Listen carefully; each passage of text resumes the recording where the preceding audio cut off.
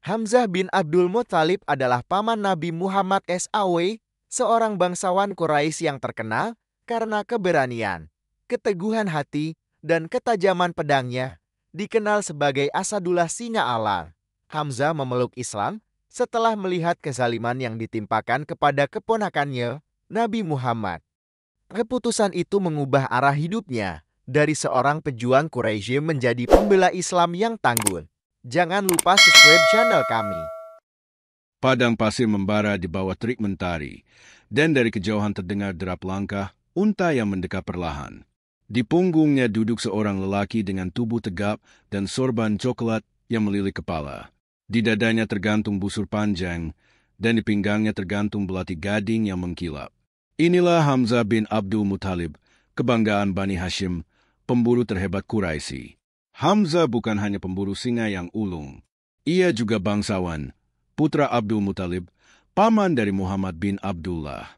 Sosoknya gagah, berani, dan disegani baik oleh kawan maupun lawan. Dalam setiap festival panah, namanya dielu-elukan. Dalam setiap perselisihan antar kabilah, suara Hamzah didengar dan dihormati. Masa kecil Hamzah tidak jauh dari keponakannya, Muhammad. Mereka disusui oleh wanita yang sama, Suaibah, budak Abu Lahab. Maka terjalinlah ikatan darah susuan yang mempererat kedekatan mereka. Meski waktu dewasa membawa mereka ke jalan hidup yang berbeda, kasih sayang antara Hamzah dan Muhammad tetap kuat. Hari itu, saat ia kembali dari berburu di padang pasir barat, langkahnya terhenti oleh bisikan seorang budak wanita. Wajahnya pucat, suaranya gemetar, "Tuan Hamzah, Abu Jahal telah menghina keponakanmu, Muhammad, di depan Ka'bah, di depan semua orang. Ia mencaci, mencemooh, dan bahkan mendorongnya." Hamzah menggenggam erat busurnya. Darahnya mendidih. Ia bergegas menuju Ka'bah tanpa mengganti pakaian, masih berdebu dan berkeringat. Orang-orang terperangah melihat sang pemburu datang dengan wajah murka. Abu Jahal sedang duduk dengan bangga di antara kerumunan pemuka Quraisy. Tanpa banyak bicara, Hamzah mendekat dan menghantamkan busurnya ke kepala Abu Jahal hingga pria itu terjatuh. Darah mengalir dari pelipisnya. "Engkau menghina Muhammad? Demi Allah, aku berada di atas agamanya sekarang. Ucapkan lagi kata-kata itu dan aku hancurkan kepalamu." Keramaian mendadak sunyi. Para pemuka Quraisy tak ada yang berani menyela. Mereka tahu, jika Hamzah sudah berbicara, maka tak ada ruang untuk perdebatan. Abu Jahal pun menahan amarahnya, pura-pura menerima. Namun malam itu, di balik dinding rumahnya, Hamzah duduk gelisah. Tangannya menggigil. Ia tahu bahwa ucapannya bukan sekadar emosi. Ia telah menyatakan diri sebagai pengikut agama Muhammad. Tapi benarkah ia telah percaya sepenuhnya? Pintu diketuk pelan. Ternyata Muhammad datang. Wajahnya lembut, namun mata itu menyimpan harapan dan kasih yang dalam. "Wahai pamanku," ucap Muhammad, "aku telah mendengar apa yang engkau lakukan hari ini." Hamzah memalingkan wajah. "Aku marah, wahai Muhammad. Aku hanya marah. Aku tidak tahu apakah aku sungguh yakin." Nabi tersenyum. Ia duduk di samping pamannya dan mulai berbicara tentang Islam, tentang Allah yang satu, tentang akhirat dan hari perhitungan, tentang keadilan bagi semua, bukan hanya bagi kaum bangsawan. Air mata mengalir di pipi Hamzah. Dalam hatinya, ada sesuatu yang berubah. Rasa marah itu perlahan berubah menjadi pengakuan. Kebenaran itu kini mengetuk pintu jiwanya. "Ajarkan aku, wahai keponakanku. Ajarkan aku tentang Rab Mu. Aku ingin mengenalnya." Dengan suara lirih, Hamzah mengucapkan syahadat di bawah cahaya lampu minyak. Malam itu, singa yang tertidur telah terbangun. Bukan lagi karena amarah, tapi karena cahaya iman yang menyentuh relung hatinya. Dan langit malah menyaksikan lahirnya seorang mujahid yang kelak akan mengguncang lembah Badar dengan takbir dan pedang. Fajar menyingsing di Makkah, namun hari itu bukan fajar yang biasa. Di mata para Quraisy, ada sesuatu yang berubah. Di antara keramaian pasar dan bisik-bisik di bawah bayang-bayang Ka'bah, nama Hamzah bin Abdul Muthalib disebut-sebut dengan nada heran dan takut. "Benarkah ia sudah masuk Islam?" tanya seorang pedagang. "Bukan sekadar masuk," jawab yang lain. "Ia mengumumkannya di depan Abu Jahal. Ia memukulnya." Kabar itu menyebar secepat angin gurun. Hamzah, singa Quraisy, kini berada di sisi Muhammad. Keseimbangan kekuasaan berubah. Para penindas dari Bani Malzum dan Umayyah mulai menahan tangan mereka. Mereka tahu, kemarahan Hamzah bukan sesuatu yang bisa ditanggung sembarang orang. Hari-hari pertama setelah keislamannya, Hamzah menjadi pelindung. Bukan hanya bagi Nabi Muhammad, tapi bagi semua orang lemah yang selama ini menjadi sasaran kebencian Quraisy. Ia berdiri di depan rumah Bilal, menantang siapapun yang berani menyentuhnya. Ia menemani keluarga Yasir yang sudah renta dan babak belur. Dalam majelis, ia menatap tajam mata-mata Quraisy, membuat mereka ciut. Namun Hamzah bukan hanya perisai. Ia juga bara api semangat. Di Darul Arkam, tempat para muslimin berkumpul secara rahasia, kehadiran Hamzah membawa perubahan. Orang-orang muda seperti Zubair, Sa'id bin Abi Waqqas, dan Mus'ab bin Umair duduk di dekatnya, menyimak cerita-cerita perangnya, kisah keberaniannya di gurun. Tapi kini cerita-cerita itu berakhir dengan kalimat, dan semua itu sia-sia jika bukan untuk Allah. Satu malam di Darul Arkam, Rasulullah memandang Hamzah dan berkata, "Engkau Asadullah, singa Allah." Hamzah menunduk. "Aku ini hanya hamba yang baru membuka mata. Wahai Rasulullah, engkau yang membangunkannya." Malam demi malam, Islam tumbuh. Tapi begitu pula tekanan Quraisy. Mereka tidak berani menyerang secara terang-terangan, tapi mereka menyiksa secara tersembunyi. Mereka embargo, menghasut, menyebar fitnah. Maka perlindungan Hamzah tak pernah selesai. Satu ketika, di majelis Quraisy, seorang bangsawan mencerca Nabi. Hamzah berdiri dan berjalan ke tengah-tengah, matanya menyala. "Celaka kalian, apa salah Muhammad? Ia mengajak kalian menyembah Tuhan yang esa, berbuat adil, dan menyayangi budak-budak kalian. Tapi kalian mencacinya seolah ia membawa bencana." Majelis terdiam. Tak ada yang berani menjawab. Suara Hamzah seperti gemuruh petir di tengah gurun. Beberapa hari setelah itu, satu kabar mengguncang Darul Arkam. Umar bin Khattab, sosok yang keras dan ditakuti, telah masuk Islam. Para sahabat ragu, takut ini hanya jebakan. Tapi Hamzah maju menyambutnya. "Jika dia datang dengan niat jahat, aku yang akan menghadapinya," ucapnya. Dan ternyata, Umar bersyahadat dengan air mata dan suara lantang. Darul Arkam bergemuruh dengan takbir. Kini Islam punya dua singa, Hamzah dan Umar. Sejak saat itu, kaum muslimin berani solat di depan Ka'bah.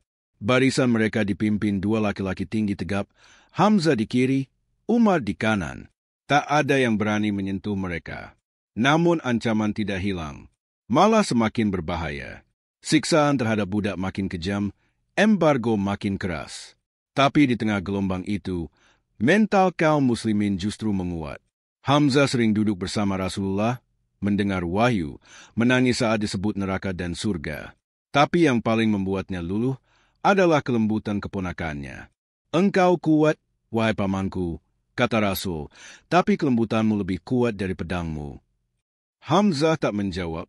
Ia hanya memeluk Rasulullah. Di tengah kerasnya Quraisy dan panasnya gurun, tumbuhlah cinta yang mendalam antara dua jiwa besar, Muhammad sang Nabi dan Hamzah sang singa. Kini ia tidak hanya membela darahnya, tapi imannya. Dan ia siap bertarung demi itu sampai akhir hayatnya. Langit Madinah malam itu kelam, dihiasi bintang-bintang yang seakan menatap bumi dengan khawatir. Di balik gubuk-gubuk para sahabat, suara Rasulullah terdengar lirih dalam munajat. Di atas hamparan pasir yang dingin, ia bersujud memohon pertolongan Rabb-Nya. "Ya Allah, jika pasukan kecil ini binasa, takkan ada lagi yang menyembah Mu di muka bumi." Esok hari, perang besar akan pecah. Pasukan muslimin, 313 orang dengan persenjataan minim, akan menghadapi 1.000 pasukan Quraisy bersenjata lengkap. Badar menjadi medan pertama, dan bagi Hamzah, ini adalah ajang pembuktian. Bukan pembuktian kekuatan fisik, itu sudah usai. Ini adalah pembuktian iman. Pagi itu, barisan muslim disusun. Rasulullah mengenakan baju besinya. Sorban hitam melilit kepala. Hamzah berdiri di depan barisan, dada membusung, sorban putih membeli kepalanya, dan bulu unta diikatkan di dada. Tanda khas yang kelak membuatnya dikenang. Langkah-langkah berat menapak gurun Badar. Dari kejauhan, tampak pasukan Quraisy datang dengan bendera merah darah. Di baris terdepan berdiri 3 jagoan Quraisy, Utbah bin Rabi'ah, Syaibah bin Rabi'ah, dan Al-Walid bin Utbah. Mereka menantang duel terbuka. Rasulullah menoleh ketiga sahabatnya. Bangkitlah, Hamzah, Ali, dan Ubaidah. Hamzah maju ke tengah medan, berhadapan dengan Syaibah. Mata mereka saling menatap tajam. Sorakan sunyi bergema dari 2 pasukan. Lalu, tebasan Hamzah meluncur cepat. Syaibah tak sempat menghindar. Dalam satu sabetan, ia tumbang bersimbah darah. Hamzah melangkah ke sisi Ubaidah yang terluka dalam duel dengan Utbah. Bersama Ali, ia menebas musuh dan mengangkat Ubaidah yang sekarat. Setelah duel usai, peperangan besar dimulai. Hamzah memimpin serangan ke jantung pasukan Quraisy. Ia seperti singa kelaparan, mengam dengan takbir, pedangnya tak henti menebas. Setiap kali ia menyerang, Quraisy mundur dengan ketakutan. Di tengah debu dan darah, sorban putih Hamzah terlihat seperti kilatan cahaya. Bulu unta di dadanya melambai-lambai saat ia berlari, membawa teror bagi siapapun yang melihatnya. Dalam sehari, Hamzah membunuh lebih dari 12 musuh. Mereka bukan prajurit biasa. Di antara mereka ada tokoh-tokoh Quraisy yang kejam dan sangat membenci Islam. Rasulullah memantau dari kejauhan. Air mata mengalir bukan karena sedih, tapi karena haru melihat bagaimana pamannya kini bertempur bukan sebagai keluarga, tapi sebagai mujahid. Ketika pertempuran usai, kemenangan berada di pihak kaum muslimin. Pasukan Quraisy tercerai-berai. Hamzah berdiri tegak di tengah medan. Tubuhnya berlumur darah musuh, namun wajahnya bersinar dengan cahaya iman. Malam harinya, di bawah langit Badar, para sahabat duduk lelah tapi bahagia. Rasulullah menghampiri Hamzah dan memeluknya erat. Engkau bukan hanya Asadullah hari ini, wahai pamanku. Engkau juga Asad Rasulihi. Hamzah tersenyum, menatap langit. Hari ini, aku benar-benar merasa hidup, wahai Rasulullah. Hari ini, aku tahu apa artinya mati demi kebenaran. Badar mencatat nama-nama para syuhada dan pahlawan. Tapi dari sekian banyak, satu nama bersinar paling terang. Hamzah bin Abdul Muthalib, singa Allah, singa Rasul, yang menerkam dengan iman, bukan sekadar pedang. Madinah belum sembuh dari luka-luka kemenangan Badar. Meski senyum terukir di wajah kaum muslimin, mereka tahu Quraisy tidak akan tinggal diam. Dan memang, dendam mulai bersemi di jantung Makkah. Hindun binti Utbah, istri Abu Sufyan, meratap bukan untuk meratapi, melainkan menyulut amarah. Ayahnya, Utbah bin Rabi'ah, dan saudara laki-lakinya, Al-Walid, telah tewas di Badar. Hamzah adalah algojonya. Dan sejak saat itu, Hindun menyusun dendam. Darah dibayar dengan darah. Hamzah harus membayar. Itulah tekadnya. Abu Sufyan, pemimpin Quraisy, mulai mempersiapkan serangan. 1.000 lebih pasukan dikumpulkan. Peralatan perang disempurnakan. Dan di antara mereka, seorang budak Habsyi bertubuh besar dan bertombak tajam bernama Wahsy dibujuk Hindun. Bunuh Hamzah dan kau bebas. Rasulullah bermusyawarah dengan para sahabat. Sebagian besar, termasuk Hamzah dan para pemuda, ingin menghadapi musuh di luar Madinah. Rasulullah pun menyetujui, dan pasukan muslim berangkat ke Gunung Uhud. Hamzah berjalan di depan pasukan. Meski usianya tak muda lagi, semangatnya menyala lebih hebat dari para pemuda. Di dadanya, bulu unta kembali terpasang, lambang kehadiran sang singa Allah di medan tempur. Awal pertempuran berpihak pada kaum muslim. Pasukan Quraisy terdesak. Hamzah menerobos barisan musuh bagaikan badai menggulung. Setiap ayunan pedangnya menumbangkan lawan. Ia meneriakkan takbir, dan tak satu pun berani menahan langkahnya. Namun petaka datang dari bukit pemanah. Beberapa pemanah muda yang diperintahkan Rasulullah untuk bertahan, tergoda harta rampasan dan meninggalkan pos. Pasukan Quraisy yang tersisa memutar balik dan menyerbu dari belakang. Situasi kacau. Hamzah terus bertarung, tidak gentar meski terkepung. Ia tak menyadari bahwa matanya diawasi seorang pemburu bayaran, Wahsy. Di tengah debu dan darah, saat Hamzah menebas musuh di depannya, Wahsy mengendap di belakang. Ia mengincar, menarik napas, lalu melempar tombaknya dengan seluruh kekuatan. Tombak itu menembus tubuh Hamzah dari belakang, menghunjam jantungnya. Hamzah terhuyung. Tangannya masih menggenggam pedang, bibirnya masih bergetar menyebut nama Allah. Namun tubuhnya roboh, darah mengalir deras di pasir Uhud. Wahsy mendekat, ia mengambil tombaknya kembali, lalu pergi diam-diam. Beberapa saat kemudian, Hindun datang. Di tengah kekacauan, ia menemukan jasad Hamzah. Tanpa rasa takut, ia membelah dada Hamzah, mencabut hatinya, dan menggigitnya dalam kegilaan dendam. Madinah berduka. Rasulullah mencari jasad pamannya dan menemukannya dalam keadaan yang mengerikan. Beliau menangis. Tidak pernah aku melihat sesuatu yang lebih menyakitkanku dibanding ini. Rasulullah menatap langit dan berdoa, "Ya Allah, maafkan mereka, ampunilah mereka, dan tuntunlah mereka ke jalan yang benar." Hamzah telah syahid. Tubuhnya hancur, tapi semangatnya tak padam. Di medan Uhud, singa Allah gugur bukan karena kalah, tapi karena cinta kepada Tuhan yang lebih besar dari rasa takut terhadap kematian. Di malam Uhud yang kelam, langit menyimpan duka. Tapi bumi memeluk jasad seorang pahlawan yang kini telah kembali pada rapnya. Perang balas dendam telah menuntaskan dendam manusia, tapi justru membakar semangat langit untuk mengangkat martabat Hamzah di sisinya. Syahid di Uhud, tapi hidup di surga. Itulah janji Allah untuk sang singa. Langit Madinah muram ketika Rasulullah dan para sahabat kembali dari Uhud. Di sepanjang jalan, tangis kaum Ansar dan Muhajirin terdengar pelan, menyesakkan dada. Tapi tak satu pun yang lebih sunyi dari hati Rasulullah. Ia kehilangan banyak sahabat. Tapi satu luka tak kunjung reda, gugurnya Hamzah bin Abdul Muthalib. Rasulullah berjalan menyusuri medan Uhud yang kini hening. Pasir yang kemarin bergetar oleh perang, kini membisu. Ia mencari jasad pamannya. Ketika menemukan tubuh Hamzah, beliau menahan napas. Tubuh itu telah termutilasi, dada terbelah, hati tercabut. Rasulullah berlutut di sisinya. Matanya basah. Tangannya menggenggam tangan Hamzah yang dingin. Tak pernah aku merasa sesedih ini. Para sahabat berdiri mengelilingi jasad Hamzah. Tak ada suara, hanya angin Uhud yang mengantar duka. Rasulullah menatap langit dan berkata, "Wahai pamanku, semoga Allah melimpahkan rahmat padamu. Engkau adalah orang yang paling menyambung silaturahmi, paling jujur dalam perkataan, paling menepati janji, dan paling mencintai kebenaran." Kemudian beliau menatap para sahabat dan berkata, "Mulai hari ini, panggillah dia, Sayyid as-Syuhada, pemimpin para syuhada." Pemakaman para syuhada dilakukan dengan sederhana. Hamzah dimakamkan bersama sepupu yang juga gugur. Rasulullah tidak dapat menahan air matanya. Namun dari kesedihan itu lahir keteguhan. Beberapa hari kemudian, wahyu turun. "Janganlah kamu mengira bahwa orang-orang yang gugur di jalan Allah itu mati.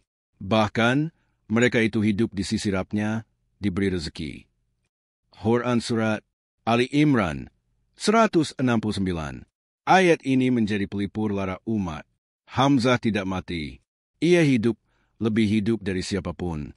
Di sisi Allah, ia tersenyum, ditemani para syuhada. Semangat Hamzah terus mengalir ke dalam nadi perjuangan Islam. Setiap peperangan setelah Uhud, para sahabat menyebut namanya. Setiap takbir, ada gema keberaniannya.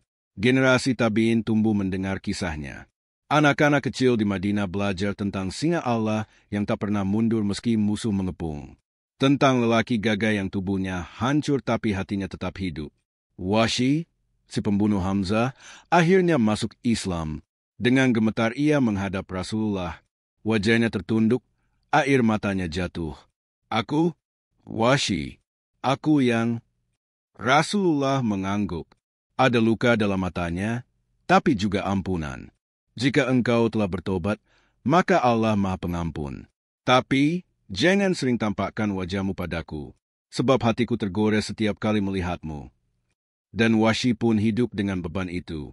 Ia bertarung dalam perang Yamamah dan membunuh Musailamah Al-Kadzab sebagai penebusan. Tapi luka Hamzah tak pernah hilang. Rasulullah terus menyebut nama Hamzah dalam doanya. Bahkan setelah Fathu Makkah, bahkan setelah Haji Wada. Dalam setiap malam tahajudnya, dalam setiap sujud syahdu, nama Hamzah hadir. Di akhir hayatnya, Rasulullah berkata, "Aku rindu bertemu dengan para saudaraku." Para sahabat bertanya, "Bukankah kami saudaramu, ya Rasulullah?" "Kalian sahabatku, tapi saudaraku adalah mereka yang datang setelahku dan tetap beriman kepadaku." Namun di antara para sahabat, nama Hamzah tak pernah padam. Dan ketika Rasulullah wafat, banyak yang mengatakan, "Kini dua orang tercinta telah tiada, Rasulullah dan Hamzah." Kisah ini berakhir, tapi warisan Hamzah tak akan pernah mati. Ia adalah lambang keteguhan, simbol keberanian, dan teladan iman. Namanya diabadikan dalam langit sejarah, ditulis dengan tinta darah dan cahaya. Setiap pejuang yang mengangkat pedang untuk kebenaran, setiap jiwa yang menolak tunduk pada kezaliman, membawa semangat sang singa. Hamzah telah tiada, tapi suaranya masih bergema dalam takbir. Jejaknya masih terlihat dalam debu perjuangan. Dan namanya masih hidup dalam setiap hati yang ingin mati sebagai syuhada. Singa itu telah kembali kepada Tuhannya, tapi aumannya akan terus menggema sampai akhir zaman.